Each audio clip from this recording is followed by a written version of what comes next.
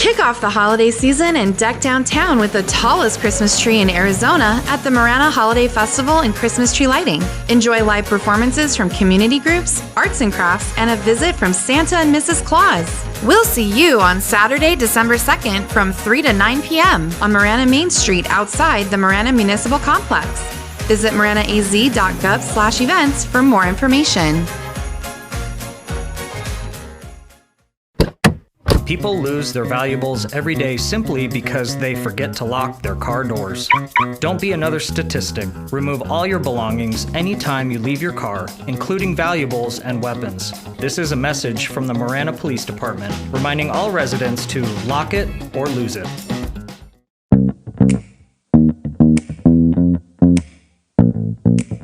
Welcome to Real Talk with the Town, where I sit down with the Marana staff to answer your burning questions about our beautiful community. My name is Terry Rozema, and I'm the town manager for the town, so let's get started.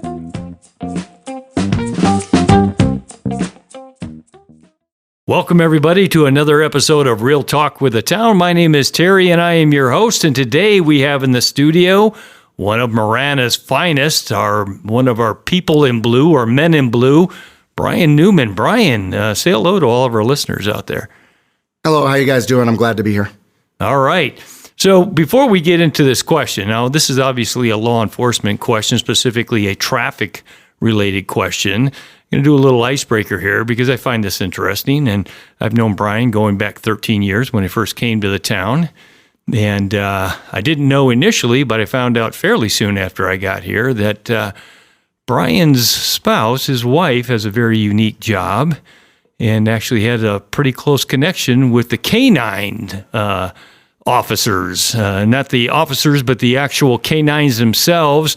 Brian, tell us a little bit about what your wife does and how she tends to and has a special relationship with their canine. Well, she is a veterinarian. Yeah. And when she started practicing here in Marana, the Marana Police Department canine officers approached her and asked her if she'd be willing to care for the canines. So for the last, I would call it maybe 13 or 14 years, directly and indirectly, she has been caring for the Marana Police Department canines for their health and well-being. Yeah, and she has done a fantastic job, her and her crew up there. And really appreciate the work that she does, as well as all of the folks that work at the clinic. So, that's a very unique, I think, connection between her and what you do here for the town and the very special canine personnel that we have in the organization. It certainly does assist to make us a close-knit operation. Yes, absolutely. I like it. Well, Brian, you're here because of your expertise in the area of traffic, and we have a traffic-related question. And I'm going to go ahead and read this first question. The second one's really long, so we're just going to talk about that one here in a little bit. We'll cover the first element of this. I was wondering if you could talk about how Marana PD is addressing traffic safety and road rage. I'm sure there's plenty of things that our local law enforcement is doing that is benefiting public safety that residents don't know about. Of course. Yeah. Of course, there's several things that we do. Some of the stuff that you guys can see on the road with the vehicles out there conducting traffic stops, and there's other things that you don't see that are behind the scenes. They use technology and other methods for us to determine where there's traffic problems. One of the ways that we address the traffic issues is concerns that are actually sent in by citizens. If they say, hey, I think people are speeding on, let's just use Twin Peaks, for example, and I'm curious to know, I'll ask myself, is that really a problem? Is Twin Peaks really a problem? Then what I'll do is I do a couple different traffic studies. I have radar boxes I put up that gauge the amount of traffic, the average speed of the cars, the top speed of the cars, slow speed of the cars, the time of the day where traffic is the heaviest. If we see that there is a spike or an issue with those traffic problems, at that point we'll put out extra patrols. This can be done in a couple ways. One, in the traffic unit, there's 4 of us officers that will go and target those areas by doing extra saturated patrols. In the case of a severe problem, one of the things that we can do is I can use Governor Office of Highway Safety funds to put additional officers out on the street to do additional patrols in those areas. And when these problems do arise, these are things that I address on a regular basis. Okay. So you said you're a part of a 4-man unit. Is that the traffic unit? Yes, that is a traffic unit. Okay. And are these all motorcycle officers, or what kind of cops are working in this unit? They're 2 guys on motorcycles. You'll see them on their black BMWs out patrolling. Mm-hmm. We also have one of the officers in an unmarked vehicle. Mm-hmm. You may see that one around. And we also have my sergeant who drives around in a fully marked vehicle. Okay. And that stealthy unmarked car. Who drives around in that car, Brian? That might be me, but I'm not saying nothing. I've seen it around. I've seen you out there making traffic stops, man. That's a nice car. Is that a car we got from the Governor's Office of Highway and Traffic Safety? What is that? The Governor's Office of Highway Safety. There it is. Okay. Actually, no. That was a budgeted vehicle. That one is not a grant vehicle. Okay. All right. So when we get complaints or issues concerning speed, you might do a study to evaluate exactly when these problems are occurring, what times of the day, to what extent the problem is, and then you place officers out there working that. And if it's really bad, like you said, you use grant-funded monies to have more officers out there. So you're not. Well, what's the purpose of that? Let me ask you that. Why use grant monies to put officers out there doing traffic enforcement? Why not just have regular patrol cops out there helping you? Well, that's really simple. I mean, the town of Marana in the police department does encourage our patrol officers to enforce traffic safety when they're not taking calls for service. But as the town is growing, our patrol officers are more inundated with calls for service and unfortunately have less time to deal with the traffic complaints. So using the funds that are given to us by the Governor's Office of Highway Safety, it allows us to actually put officers out for those traffic purposes. And those funds are allotted to the police department for speed and traffic safety as well as DUI enforcement. So I'm able to get people who wouldn't normally be working to go and enforce the traffic without reducing the amount of officers out there that are patrolling and taking calls for service. Makes sense. So it's not coming out of the taxpayer's pocket here. It's coming from state or federal grant monies, I imagine? Yes, it is. I believe it's all state money. Okay. But it also doesn't jeopardize the rest of the town's safety by putting less patrol officers out there to focus on the speed. Very good. Now this particular resident who's asking about traffic safety, they focused a little bit in their question about road rage. So you're driving around in an unmarked car. Now, when you're driving around in a fully marked car, there's not a whole lot of road rage that you're going to see, right? Because people see you and they're gonna behave themselves. But riding around, driving around in the vehicle that you do you get an opportunity to kind of see some of that aggressive driving, road rage kind of stuff? And is that something that maybe you have more of an opportunity to deal with and address in the vehicle that you're in? Yeah, driving a vehicle that doesn't look like a police car, even though it has full lights and siren on it, does allow me to see more. People don't do as you say, oh, here's a cop, I'm going to slow down or I'm going to behave myself. Even being in my patrol vehicle, I've been a victim, if you will, of road rage, where the tune changed from the person the minute all my lights turned on, and then we had a little discussion about it.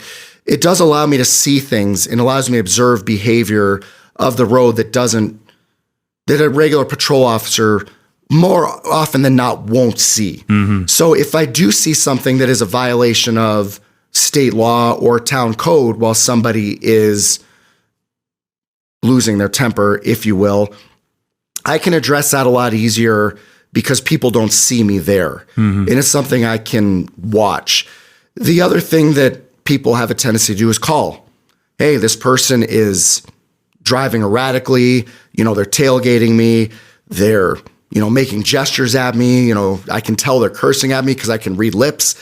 All of those things, people call us in, and if we see it, we'll address it. Mm-hmm. So road rage also, as everybody knows, can be a little bit subjective. Mm-hmm. What one person might sit there and say, this person's losing their mind. Somebody else might say, that's not a big deal. Mm-hmm. I get that. I get the international peace sign on the regular. Yeah. And it doesn't bother me. I get that at home. I don't, but whatever.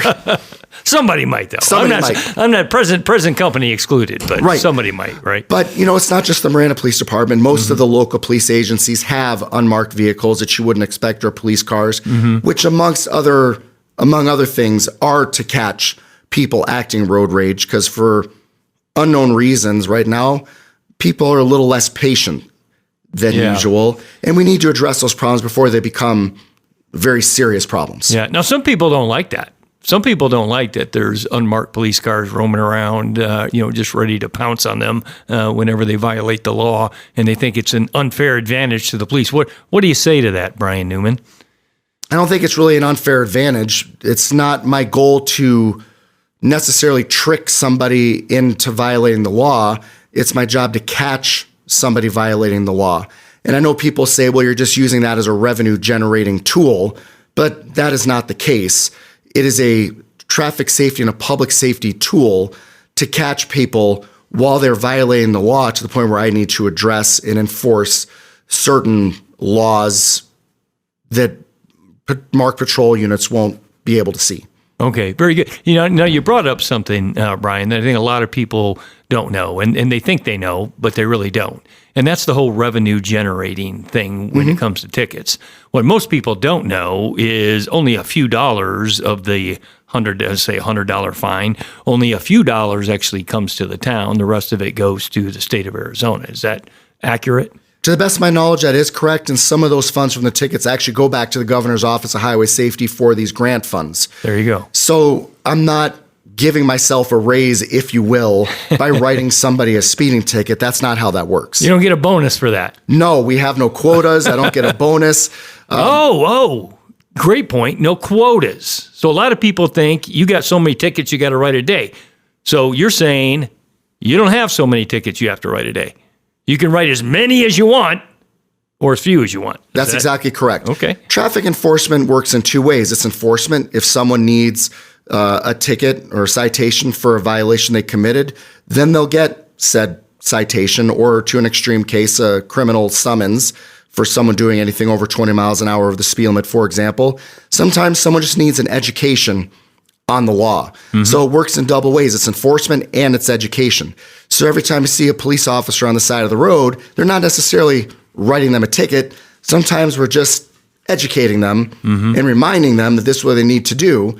If we see that again from the same person, we might have a different conversation. Okay.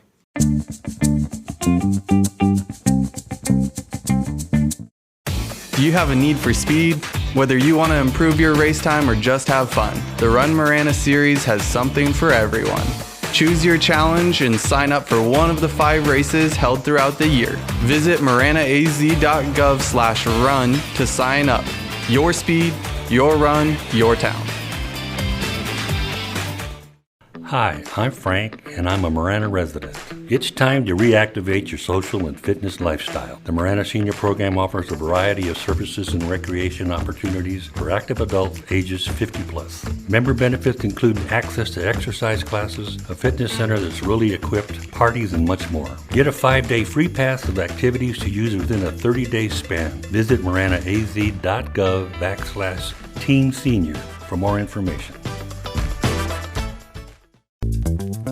Why would you want to work for the town of Marana? Well, let's hear what our employees have to say. I feel like working for the town of Marana makes you feel like a person, not a number. I really wanted to work for the community where I lived. I have children that play in the parks. Working for a public entity, it's kind of a sacred trust. I like that. It's an honor to serve. The town's mission is to provide 5-star service for a thriving community. To me, 5-star service comes from within. It's a drive to make your surroundings a better place. Providing community service like the Founders Day Parade, the swim lessons, clean drinking water. Of course, the benefits are great. I get sent to seminars and conferences, and Town of Marana compensates vacation. We do have an amazing gym facility, alternate schedules as well. Our employees are also able to telework. My supervisor in particular really cares about our work-life balance. My colleagues are fun. It's just a fun place to work. We have a culture of friendship. The people in general that work here and apply here all want to make a difference in their everyday life for themselves and for the community. Let's make an impact on our community. Visit maranaaz.gov/careers and apply now.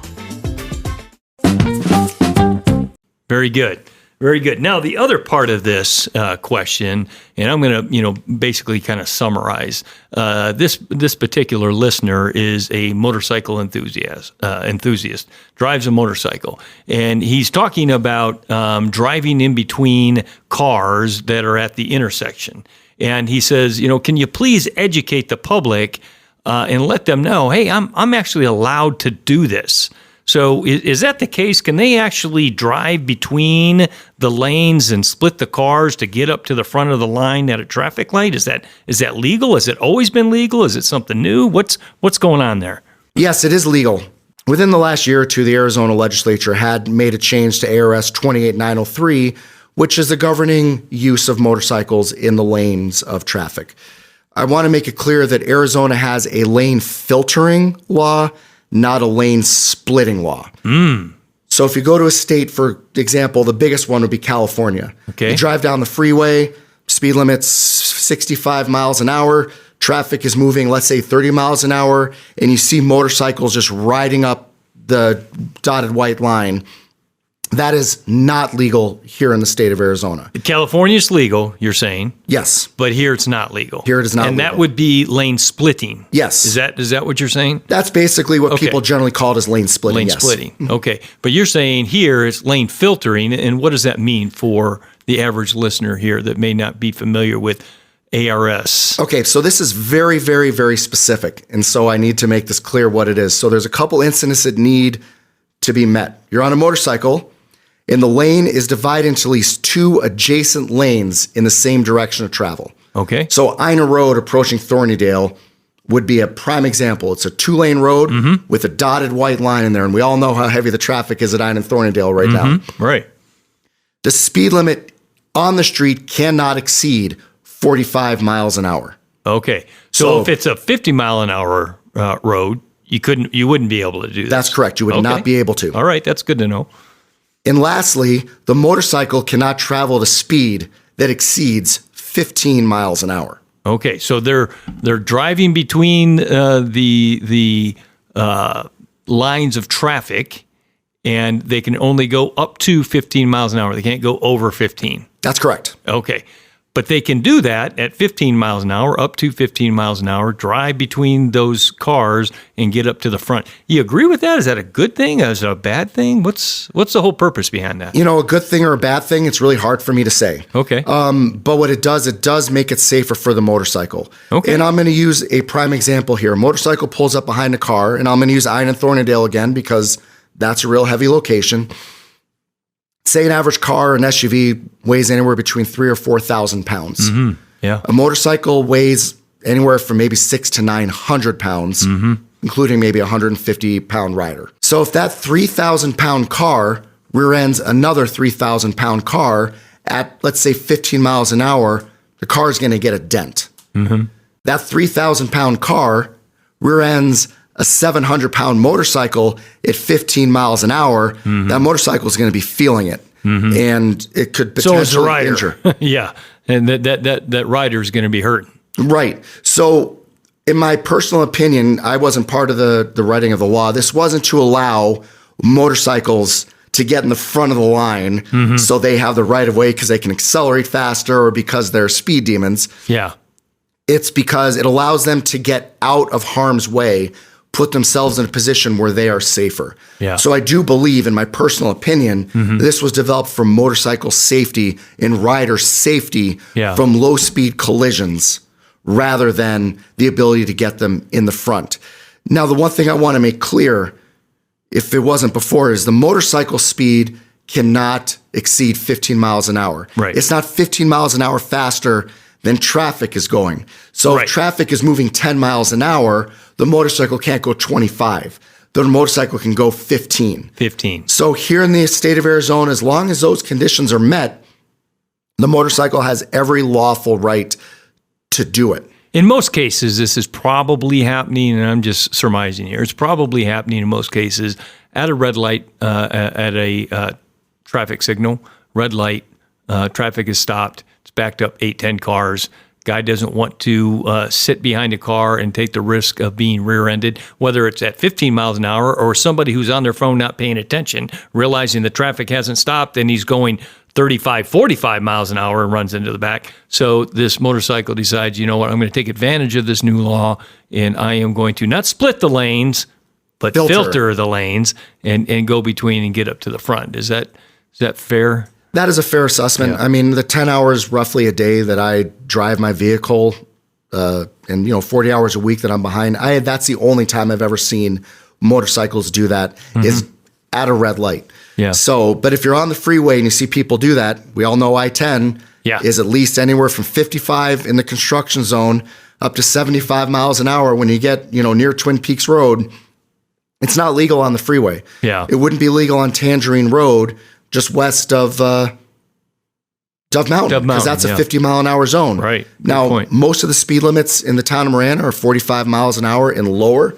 We just have a couple exceptions. All right. So the majority of our streets that are 4-lane or more would allow for that to happen at a traffic signal. Okay. All right. And I agree with you, Brian. I mean, I think it's a smart thing. I think it's a wise thing. I think it is a safety thing. And I think it's good for motorcyclists. And I think, as long as the other motoring public is aware of that and knows what the reasons are, it makes sense to me. I mean, we don't want people on a motorcycle getting, hit at 15 miles per hour, 20 miles an hour, any mile per hour. We don't want them getting rear-ended. You could have some really serious injuries in a situation like that. I've investigated enough of those in my career that if I have no more, that would be fantastic. Yeah. So you're actually one of our traffic reconstructionists. Is that correct? I am. I have been through multiple courses through Northwest University for traffic accident investigation, traffic reconstruction. Yeah. So you have an estimate on how many traffic fatalities or near fatalities that you've investigated in your time as a traffic reconstructionist? Fortunately, the numbers in Marana are lower than you would think, but I would say at a minimum anywhere from 15 to 20 that I've had at least partial hand in, if not been assigned to me. And I might be understating, the number as, I've in the last, 18 months, I think I've dealt with 4 or 5 of them just in the last 18 months. Yeah. Either fatalities or near fatalities. Yes. Yeah. Serious, really serious accidents. Right. Well, Brian, I really appreciate you being on the show. The number of years you have of service to our community as a police officer, greatly appreciate. How many years is it now? You getting close to 20? No, it's just under 16. 16? Well, that's getting close to 20, right? If you round up, I can see the finish line. Yeah, there you go. Very good. Well, Brian, anything else you want to add for our listeners that you think they ought to know before we close out the show? Yeah, it's the holiday season. Please get designated drivers. We have Ubers, we have Lyft, we have all of those things out there. Please keep an eye out for bicyclists and pedestrians now that the weather's getting nice. They're out in force. Don't text and drive. Put your phones down, eyes up. Please pay attention and have a safe and fantastic holiday season. There you heard it, listeners, from somebody who has firsthand experience in what happens when people either drive intoxicated or aren't paying attention when they are driving. It can cause all kinds of damage, and we certainly don't want that in our communities. We want everybody to be safe. So go out there these holiday seasons, enjoy time with family, enjoy the festivities, but be safe doing so. Thank you so much for joining us. Until next time. Submit your questions by visiting maranaaz.gov/realtalk and we'll answer them right here. To receive notifications for new releases, remember to click subscribe wherever you get your podcasts. Also, please follow the town on Facebook, Twitter, and Instagram to stay up to date on current news and events.